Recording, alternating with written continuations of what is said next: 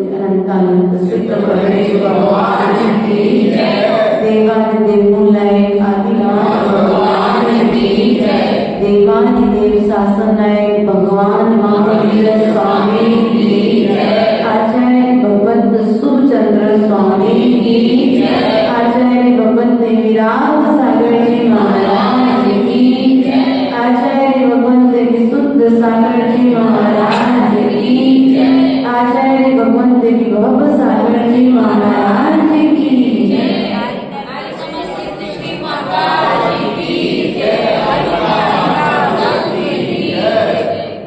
प्रिय बंधुओं,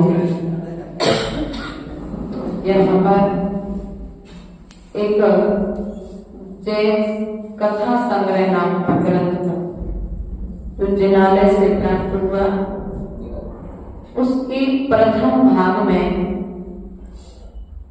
राजा श्रेणी के पूर्वों से संबंधित एक कथा और प्राप्त होती है, जिसमें राजा श्रेणी भगवान महावीर स्वामी के संसर में अपने पूर्व भवों के विषय में पूछ रहा है। तो सुसेन और सुमित्र के विषय में तो हमने जाना था, लेकिन यहाँ पर यह राजा श्रेणी क्यों हुआ, उसके बीच का एक कथानक यहाँ पर प्राप्त होता है। 5 नंबर की कथा इस ग्रंथ से है। तो यहाँ पर गौतम गणधर स्वामी से जब सैनिक कुमार ने अपने पूर्व संबंधी प्रश्न किया, तो गौतम स्वामी ने उसके प्रश्न का उत्तर देते हुए कहा, हे सैनिक कुमार, तुम पूर्व भाव में एक भील था। क्या था? एक भीलों का राजा था, और उस समय जब तू जंगल में शिकार करने के लिए गया था,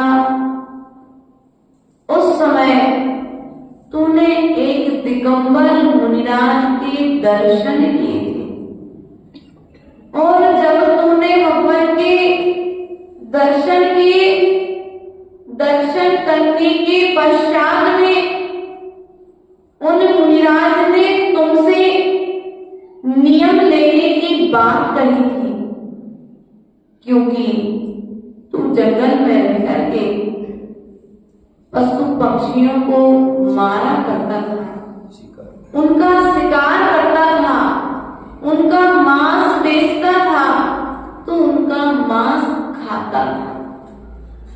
लेकिन तुझे दिगंबर गुरुओं की प्रेरणा मिली, और प्रेरणा के प्रभाव से तूने जीवन पर्यंत के लिए मांस खाने का त्याग तो नहीं किया, लेकिन अनेक तरह के मांसों में भी एकमात्र कौवे का मांस खाने का त्याग। पुरुरवा भील के नाम से ये कहानी प्रचलित है। तो तूने मुनिराज से नियम लिया था कि कभी भी किसी भी परिस्थिति में तुम कौवे का मांस नहीं खाएगा। तूने नियम ले लिया। नियम लेने के पश्चात में तेरी बहुत अच्छी जिंदगी चल रही थी, तेरा नियम भी बहुत अच्छे से पालन हो रहा था। लेकिन एक दिन अनायास ही तेरा स्वास्थ्य खराब हो गया, और तेरे स्वास्थ्य खराब होने पर एक वैद्य को तेरे इलाज के लिए बुलाया गया। और जब वह वैद्य आया तो वैद्य ने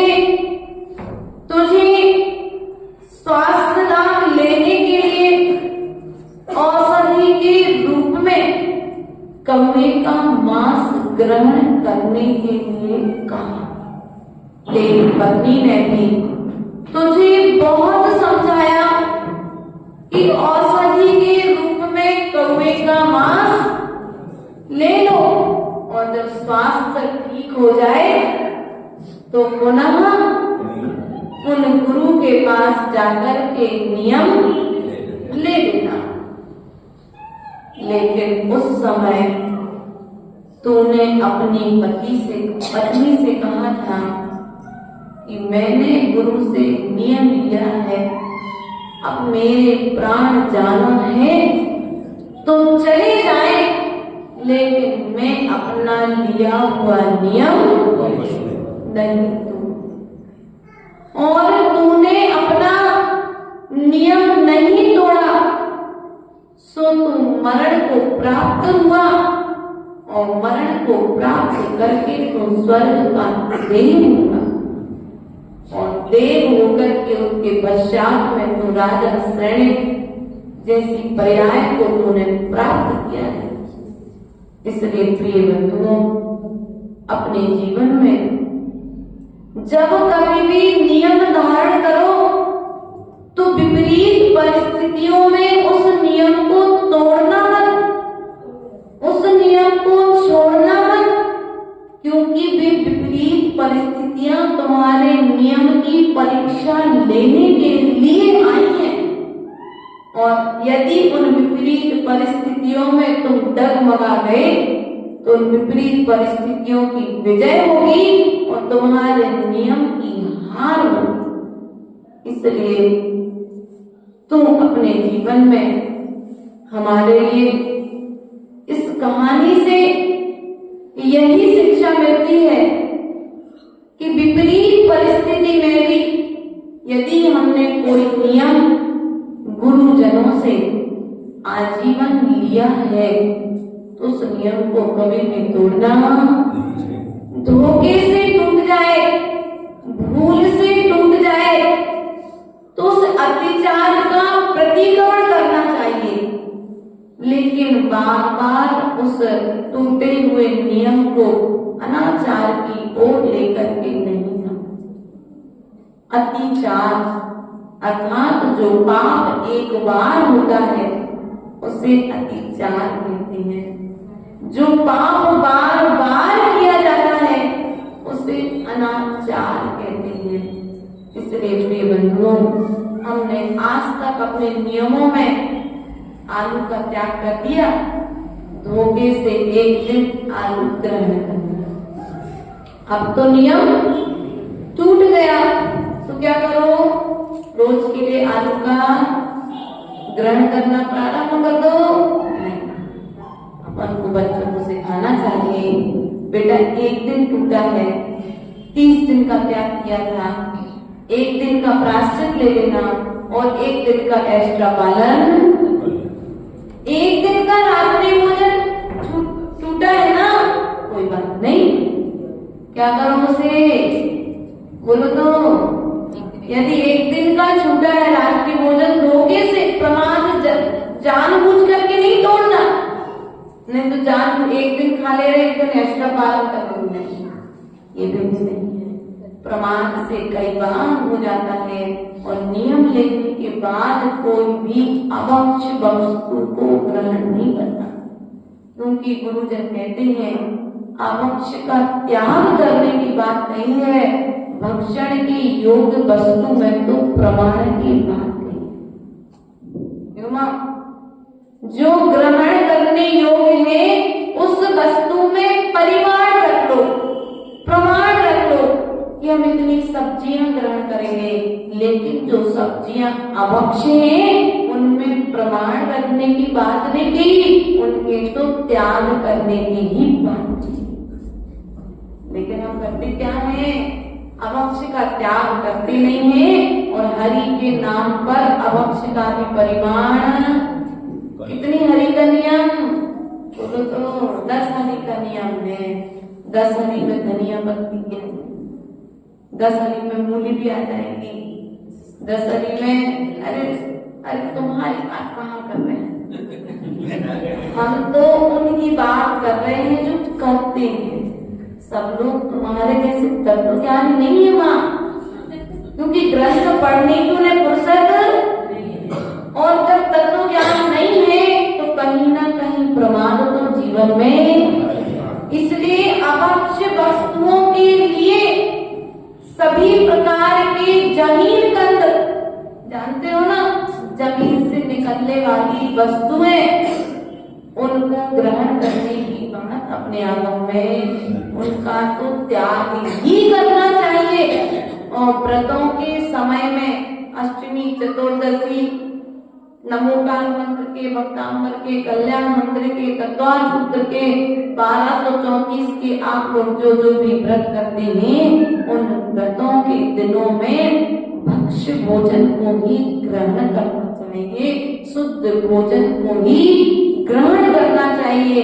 अब उस दिन भी कहाँ की बनी दवाई है, कैसी दवाई है, एलोपैथिक गोलियां भी आजकल, बोले तो माता जी नियम तो ले लेंगे लेकिन गोली बंद नहीं हो सकती। गोलियों में भी पहले देखो वो गोली में कौन सा तेल डला है, कौन सा रसायन डला है, कौन सा केमिकल है जिसके कारण ये गोली इतनी पावरफुल है।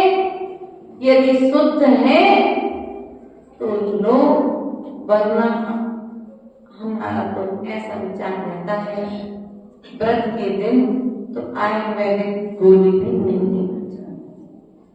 क्या आयुर्वेदिक भी नहीं लेना चाहिए, क्योंकि अगर तुम्हारा चल सकता है तो, नहीं चल सकता है तो वो तुम्हारे ऊपर स्वयं डिपेंड करता है, क्योंकि कब बनी है, कितने दिन की बनी है। भली आयुर्वेदिक गोली अपने पास में आई है, लेकिन कितने दिन उसको किस प्रकार से बनाया था ये तो पता नहीं, लेकिन सामान्य दिनों में ग्रहण करो, व्रत के दिनों में आयुर्वेदिक गोली भी ग्रहण, ना कोई पाउडर, ना कोई गोली और ना कोई सीरप। व्रती लोग सीरप तो पीते ही नहीं है, लेकिन सामान्य लोगों को व्रत के दिनों में कोई सीरप भी ग्रहण नहीं करना चाहिए। उस सैनिक कुमार ने पूर्वा भील की पर्याय में एक नियम लिया था मांस भक्षण के त्याग का। उतने से मांस भक्षण के त्याग से वह क्या बन गया, स्वर्ग का देव। और हम माता जी, हम तो, हमारा तो मांस खाने का त्याग है, जीवों की हिंसा करने का आचार क्या है, मुरब्बा क्या है, अरे वो दिखते कहाँ उसमें जी, तो जीवों का पिंड है। 24 घंटे के बाद हम तो कहते 24 घंटे शास्त्रों में मर्यादा कही है, आज का आज बनाओ और शाम तक खा के क्या करो। अरे लोग आपको क्या मालूम, इन लोग की लोभ प्रवृत्ति इतनी है कि जो मर्यादा बताई है ना, उस मर्यादा के विरुद्ध चल करके आचरण। शाम का बना भोजन, माता की तला हुआ भोजन नहीं चल सकता, शाम का बना हुआ, बताओ, तला हुआ पूरी तल के रख लो, पापड़ी बना लो, पापड़ बना करके रख लो, आटे की पपड़ियाँ बना करके रख लो, बेसन की पपड़ियाँ बना करके रख लो, बेसन का नमकीन, तुम्हारे को क्या बोलते गोलगप्पे बना के रख लो शाम को, सुबह नहीं खिलाना चाहिए। मर्यादा भले उस श्रावकों के लिए आई है, वो कब के लिए आई दादी में मर्यादा पता है आपको? जब आप कहीं तीर्थ यात्रा पर जा रहे हो, आपकी कोई व्यवस्था ना हो, उस विपरीत परिस्थिति में कहा है कि आज का तला हुआ भोजन, बिना सकरा भोजन तुम दूसरे दिन सुबह ले सकते हो, लेकिन साधु के लिए तो किसी भी परिस्थिति में बासा भोजन बोलो तो। लेकिन कई श्रावक मायाचारी कर लेते हैं, प्रयास करना चाहिए हर चीज हम साधु को कम आइटम बना करके खिलाओ, लेकिन शुद्ध भोजन के नाम। ऐसे भी श्रावक हम लोगों को देखने में आए, मिलने में आए कि दूध मक्खी गिर गई उबालते काम बहुत सारे रहते। जब आप लोग काम करते हो तो धीरे से वो मक्खी निकाल दी, उसी की रबड़ी बना करके रखो, और एक दूसरा दूध नहीं आना है तो वो साधु को भी भेजो। अब कहाँ उसमें मक्खी रही, बाल आया तो धीरे से बाल निकाल दियो, सब्जी को फिर सब्जी देखने में आती है। ये सब चीजें कई बार हम लोग के प्रभु चाहने अवस्था में थे ना, और सब्जी चौके में इतनी बनी और उसी सब्जी में भी बाल या जीभ आ गया तो सामने वाला क्या करेगा, मायाचारी करेगा और सीधा सीधा झूठ बोलेगा, बिल्कुल ऐसे कहते ना सफेद झूठ। सामने देखते देखते ही कई बार श्रावक लोग झूठ बोल देते हैं। इसलिए हमारा तो आप लोगों से ऐसा कहना है, धर्म करते हुए भी यदि आपको पुण्य कमाना है तो धर्म करते हुए मायाचारी करने का त्याग कर दो। कर सकते कि नहीं कर सकते ये तो त्याग। कोई भी साधु आए, कम आइटम बनाओ, 2 सब्जियां कम बनाओ, 2 नमकीन कम बनाओ, 2 प्रकार की पूरी सब्जी जो ज्यादा बना रहे मत बनाओ। साधु मांगेगा तो मांगता है कि कोई साधु, एक काम करना पूरी बना लेना कल, बोला क्या कोई साधु ने हंसता, लेकिन तुम लोग कितने आइटम बनाते हो, और साथ बहुत सारे आइटम बनाने के कारण कहीं ना कहीं चौके में अशुद्धि, और सिर ढाक करके तो बिल्कुल जाते हैं।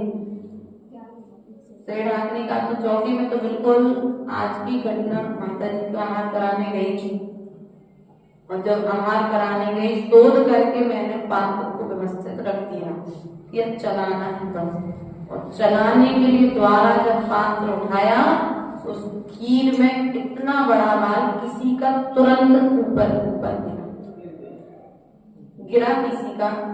इसलिए जब आप लोग बनाते हो तो बनाते समय आपको ध्यान रखना चाहिए कि अपने सिर को एक कपड़े से व्यवस्थित तरीके से बांध सकते कि नहीं बांध सकते। आटा गूंथते समय आपका बाल गिर गया, आपने निकाला उसी आटे से फिर रोटी करते कि नहीं करते ऐसा।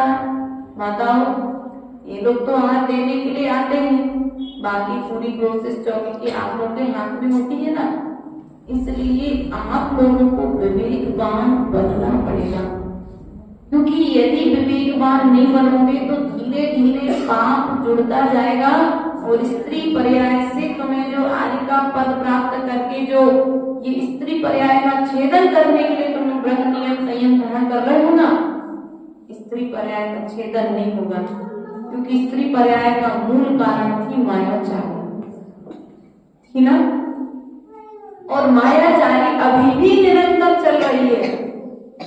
कीड़े हो गए ड्राई फ्रूट में, आप लोग कभी भी ड्राई फ्रूट का देते हैं तो सेंगी फूलने मत डालो, क्योंकि हम लोग भी जब गुरुदेव के लिए किया करते थे तो 2 पीस करके ही उनको फूलने के लिए डालते, चाहे काजू हो, चाहे मूंगफली हो, चाहे तुम्हारी पिस्ता हो, चाहे बादाम हो, और जो जो भी ड्राई फ्रूट आते हैं, बहुत सारे आते हैं तुम लोगों के पास में, तो उन सब की विधि क्या है आपने देख लिया, व्यवस्थित है, और आपने सीधा डाल दिया। और कई बार साधु जब उसे अपने हाथ में लेता है और देखता है तुमने तो छीन लिया ऊपर का छिलका, वो खुल नहीं रही थी माता की बादाम, तो दे दी, और जैसे ही माता जी ने खोली बढ़िया नीली थी बढ़िया। कई बार हम लोगों ने ऐसी देखी है। तो अखरोट जो तुम लोग आजकल देते हो, अखरोट के भी 4 पीस करो। हमने स्वयं जब माता जी के आहार कराते थे, अंतराय होते थे जब, एक तो कई बार आहार कराने गए तो अखरोट को जब खोला तो देखा इतनी बड़ी बड़ी गिल्लियां उसमें निकल जाएंगी, तिरुले निकलेंगे मूंगफली में, तुम्हारे काजू में, उसी प्रकार के छोटे छोटे जीव। अभी पिंड खजूर तुम लोग खूब चला रहे, उसमें हल्की हल्की सी बिल्कुल वो दाने दाने टाइप से कीड़े हो जाते हैं। वो तुम्हें लगता है कुछ भी नहीं है, लेकिन वो कीड़े हैं। अंजलि में आ जाए तो साधु का अंतराय हो जाए। इसलिए यदि तुम अभक्ष्य भोजन कराना चाहते हो साधु के लिए, अभक्ष्य योग्य भोजन कराना चाहते हो, तो पहले उस भोजन में विवेक रखो। भोजन के शोधन की विधि को सीखना अनिवार्य है, क्योंकि जब तक शोधोगे नहीं तब तक सुधरोगे नहीं। इसलिए भोजन को पहले सुधार की विधि। हम लोग ने देखा बिहार में रास्ते में जब चौके लगते हैं तो कई महिलाएं क्या करती हैं, शाम को सब्जी कच्ची बना करके रख ली, छील करके रख ली, अब सुबह बना करके माँ से फ्राई। तुम लोग भी बना ली, शाम को चौके में इतनी सब्जियां बनना है, अरे और बना बना करके फ्रिज में। कुछ सब्जियां ऐसी होती हैं इन लोगों के हिसाब से जो एक दिन पहले बन करके दूसरे दिन फ्राई की जा सकती हैं, लेकिन अपने शास्त्रों में ऐसा नहीं है। ऐसा अपने शास्त्रों में नहीं आया कि तुम यहाँ तक बताया कि यदि जिस फल का कद्दू आता है ना, उस कद्दू का यदि तुमने उसको तोड़ लिया है, उस कद्दू को व्रती लोग आज का बना कद्दू फिर कल नहीं खा सकते। 2 पीस हो गए, खुल गया आपको, अब उसमें उसी प्रजाति के जीव 2 पीस हुए, 1 पीस तुमने आज बना लिया, दूसरा पीस कल के लिए रख लिया, तो वो दूसरा पीस ना तो आप साधु को दे सकते हैं और ना ही स्वयं ग्रहण कर सकते हैं। व्रती साधकों के लिए फिर आप लोग तो जो बाजार आदि का भोजन करते हैं तो वो अपने हिसाब से देखें, लेकिन साधुओं को देना, वरना बाजार का बना हुआ कद्दू भैया इतना सारा क्या करेंगे ले जा करके, तो उसके औजार से बना करके थोड़ा सा ले आए। यहाँ तक मैंने देखा बचपन में जब घर में सब्जियां लेने जाते थे ना, तो माँ मना कर देती थी, बाजार का बना हुआ कद्दू लेकर के नहीं आना, आओ तो पूरा साबुत लेकर के आना, और साबुत लेकर के आएंगे तो क्या होगा, अब उसके 4 पीस होंगे, एक घर में कितना लेना है उतना लेंगे, बाकी 3 घरों में और उसको बांट करके वहीं के वहीं। और आज क्या होता है, व्यक्ति का लोभ, हम तो ये कहते हैं पड़ोसी को दे दो ना, क्या दिक्कत है, यदि आया है तो पड़ोसी को दे दो, वो भी सब्जी बना के खा लेगा। माता जी कह रही कद्दू से तुम्हारे व्यवहार भी बन जाएंगे, कद्दू से तुम्हारे व्यवहार भी अच्छे बन जाएंगे। इसलिए बंधुओं, कभी भी हमें ऐसे बाजार की, किसने उस औजार से क्या काटा था, उसने अपने घर में क्या बनाया था और तुमने क्या किया, वो तो उस औजार का प्रयोग तुम्हारे अनुसार थोड़ी ना करता है। इसलिए जिन चक्कू से, जिन छुरियों से, जिन पात्रों में आप अभक्ष्य भोजन बनाते हैं, अभक्ष्य भोजन मतलब आलू प्याज लहसुन, ऐसा तो है नहीं सब दूध के धुले तो बैठे नहीं ना खाते ही है, त्याग तो बहुत कम लोगों के, जैसे दादी लोग बैठे ना, जिन लोगों के त्याग होंगे, कुछ लोगों के त्याग होंगे, बाकी सबके नहीं है। तो मैंने ऐसा माँ के पास में रह के, घर में रह करके सीखा कि उन पात्रों में कभी भी साधु का भोजन नहीं बनता। साधु के लिए भोजन बनाना है, अलग से कढ़ाई रखी जाए, अलग से उनके लिए वो गंजी जो सब्जी पलट करके रखना है, उन गंजी अलग से रखेंगे। उनके खिलाने के लिए, साधु के खिलाने के लिए रखने के लिए कटोरियां अलग होती थी, चम्मचें अलग होती है, वो बर्तन का सेट ही अलग है।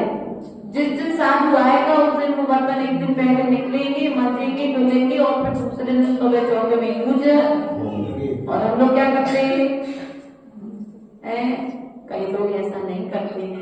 उन लोग से भी हमारा निवेदन है, जिन पात्रों में आप अशुद्धि के दिनों में भी यदि भोजन कर रहे हो, माता ध्यान रखना, उस थाली को आप चौके में प्रयोग नहीं कर सकते साधु के भोजन के लिए।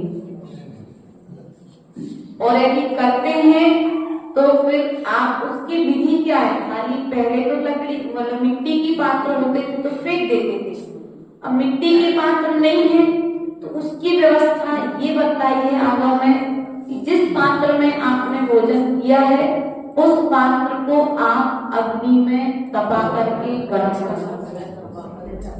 उसको राख से मांजना, निरमा से नहीं, राख से पहले गीली राख से मांज कर उसे सुखा दो, फिर सूखी राख से मांजना और उस सूखी राख से मांजने के पश्चात में फिर उसको अग्नि पर गर्म करके फिर उसको चौके में सामान्य अपने परिवार जनों के लिए भोजन में यूज करना। साधु के लिए तो भोजन में पात्र भी यूज करने के लिए नहीं कहा है। और हम क्या करते हैं, सब दिनों में उन पात्रों में पानी पीते हैं, गिलास में, लोटे में, आदि आदि जो भी आपके यहाँ रहते बर्तन, चम्मच, और वही बर्तन फिर साधु के भोजन में भी आहार में यूज करते कि नहीं करते।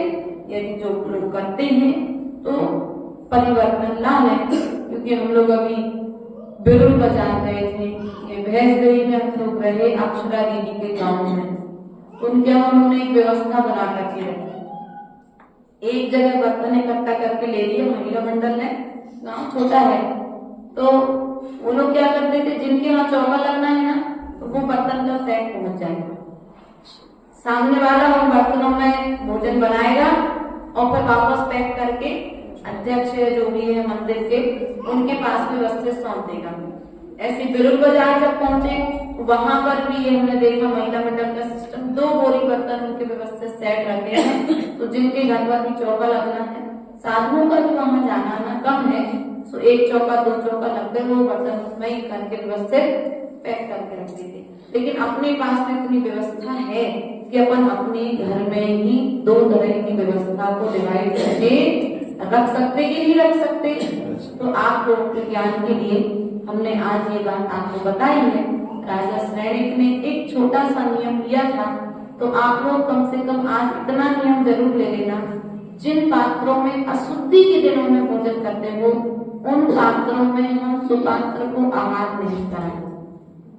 इतना तो नियम ले सकते माता। जिन पात्रों में आप अवश्य भोजन बनाते हो, जिन चक्कू से, छुरी से, कढ़ाई आदि से यूज करते हो, उन पात्रों में साधु को भोजन नहीं बनाए। इतना नियम ले सकते हैं आप लोग? ले सकते हो ना? तो आज ले लेना प्रभु के चरणों में, कायोत्सर्ग कर लेना कि भगवान अब मैं आगे से आज तक जो गलती हुई है उस गलती की क्षमा, और आगे की गलती के लिए हम आगे वैसी गलती नहीं करेंगे। नियम पूर्वक लेना तो तुम्हारे उस नियम की व्यवस्था में पुण्य का फल मिलेगा। क्योंकि देखो उसने सभी प्रकार के मांस का त्याग नहीं किया, मात्र एक प्रकार के मांस के त्याग से भी वो स्वर्ग चला गया। व्यापार था उसका। तो हमारा भी आपसे यही कहना है कि जितना भी आप लोग पाप से बचोगे उतने पुण्य से जुड़ोगे। इन भावनाओं के साथ में अब कल पुनः हम सभा में देखेंगे और क्या लेना है। बोले महावीर भगवान की जय।